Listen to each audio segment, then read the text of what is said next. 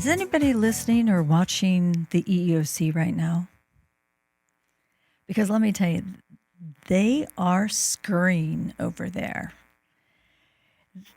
This is something I haven't seen in a while. And I want to make sure that some of you are aware of what's going on and that you're watching very closely what's going on in your workplaces.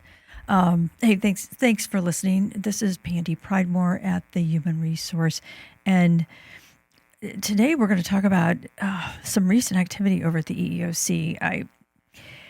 I'm just amazed. It's second week of March in 2025, and just a few weeks ago, the EEOC announced an intent to shift its focus related to national origin discriminations under Title VII and to reevaluate its guidance under the Pregnancy Workers Fairness Act. Now, what does that tell you? That tells you that we're going to kind of not be so sensitive and so worried about this over here, but at the same time, we're definitely going to keep working on some things that were started last year.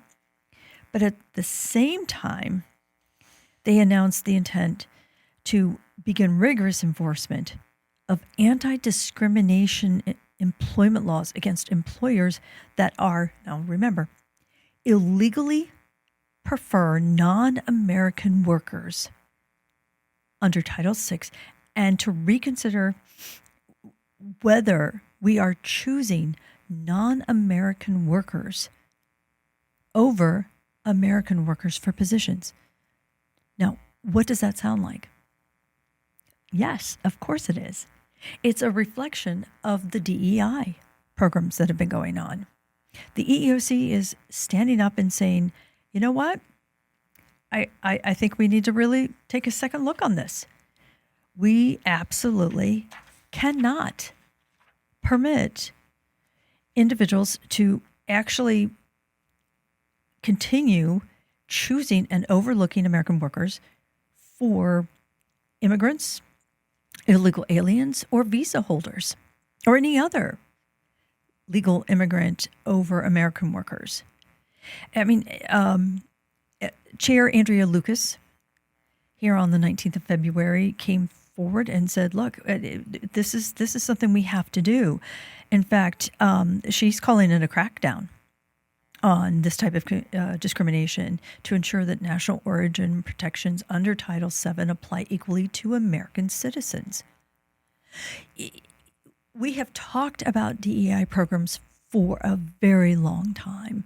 And again, if you've been watching the show, you know I'm not against DEI.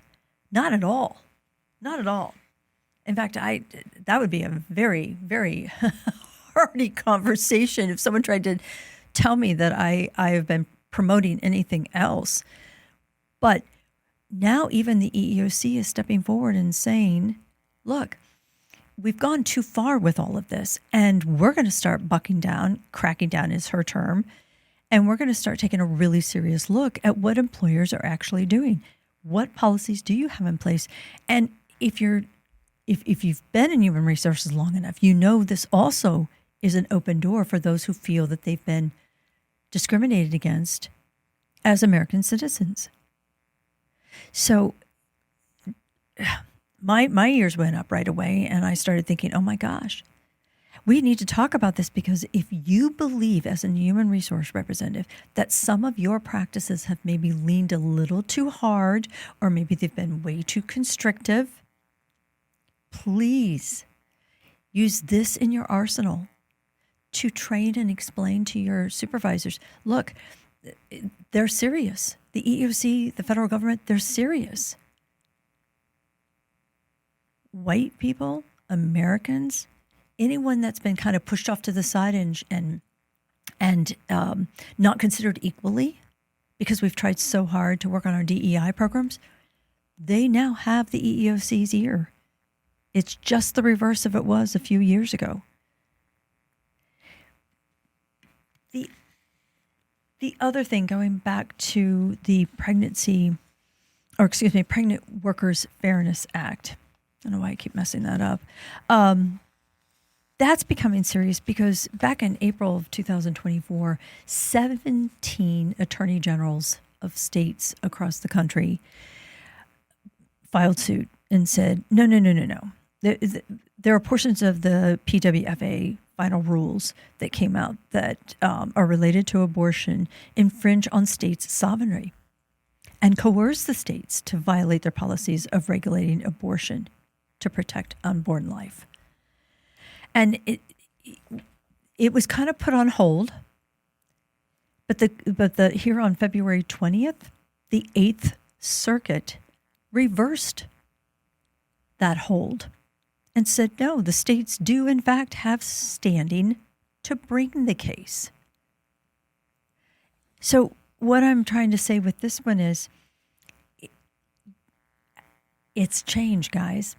Nothing is etched in stone. Nothing is. And even though the best intentions were used to put some of this in place, what we are seeing right now from a number of areas within employment law is that things are moving very, very fast. And what we may be practicing or putting into place in policy as a policy today, much of this is going to start changing very quickly. So put in the back of your arsenal and the things that your tickler file, whatever, that you're listening for is certainly going to be issues and levels of the PWFA, especially if you're in one of those 17 states that believe that any involvement of abortion as a protection infringes on the state laws. And we've talked about that a number of times. State law is sometimes even more powerful than federal law. So there you go. You got two things there that the EEOC is hot on. But then I also, in my reading, came across this phenomenal fact sheet that the EEOC put out. And it actually wasn't a recent addition, but it is extremely relevant right now. This is March of 2025. And if you're listening to the radio at all, if you're watching the news at all, you see what's going on our college campuses. And my concern is, well, actually, I know some of you are going to laugh, but today they were even at Trump Tower protesting. And what I'm very concerned of is that some of you have some of these anti-Arab, anti-Muslim, anti-Semitic feelings and opinions in your workplace. And ladies and gentlemen, we have to get a hold of that quickly. You cannot allow this stuff to brew or grow in your organization.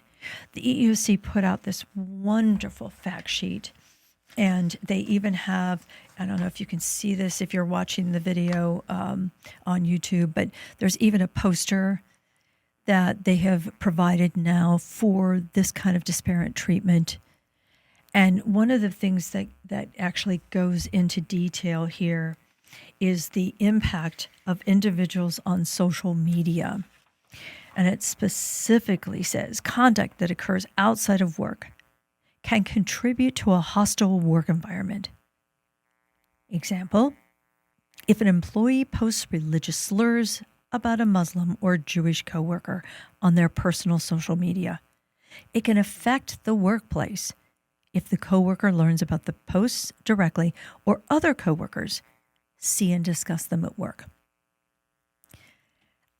I could read this whole thing to you, but that's what stuck out in my head the most.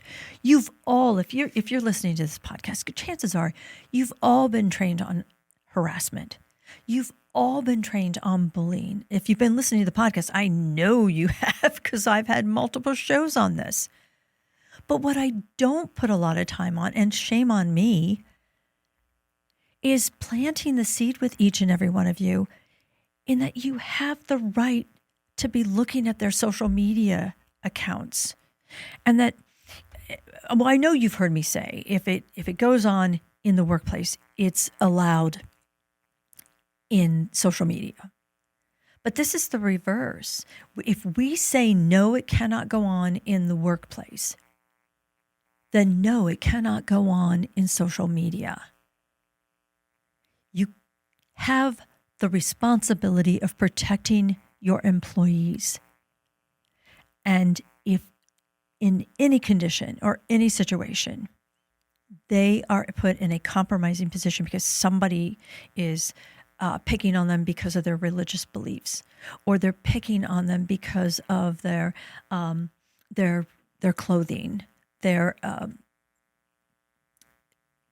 national origin, their ethnicity, their race. Ladies and gentlemen, if you're in HR and you're permitting this, you are absolutely not appropriate for HR. And this just really just eats at me, absolutely eats at me, that this stuff is possibly going on in the workplace. And we have to stand up as leaders of organizations and stop it before it happens. I know that we have talked about tolerating versus accepting, and some of you don't like those terms. I know you don't. But if you're going to have an employee who disagrees with another one based on a religious opinion, or they don't agree with that particular, what that country's doing, the country of origin, or they don't particularly like the politics of that particular country versus a country of whatever, you're getting my point. They have to be able to work together in your environment. You're responsible for providing a safe and secure workplace, but these kind of attitudes can also kill productivity. They can destroy the morale of your company, and they can become a huge cancer. I'm sorry I've gotten a little passionate about this today, but I started reading, what the EEOC is going through, and I'm realizing how much emotion is in the workplace right now. Whether it's emotion around someone feeling like they got passed over for a promotion because of who they are, being an American citizen, or whether it's someone who feels like they got picked on, or they've been eliminated from a particular project or job because of the color of their skin or their religion. The world may have it going on outside our doors, but if you're a business owner, if you're an HR representative, you have the right to control what goes on inside your doors, even if it means controlling the social media of one of your employees. Put this on your list to look at. Even if you have to take an hour and go out and check the Facebook or the TikTok or whatever the social media item is of each of your employees, especially your supervisors and your managers. My gosh, if you've got supervisors or managers who are doing this, you have my full permission to get them out of that position. That is not appropriate. Okay, there it was. I had to do it. I'm a bit passionate about this topic, but I hope you'll come back. We're trying to help you right here at the Human Resource.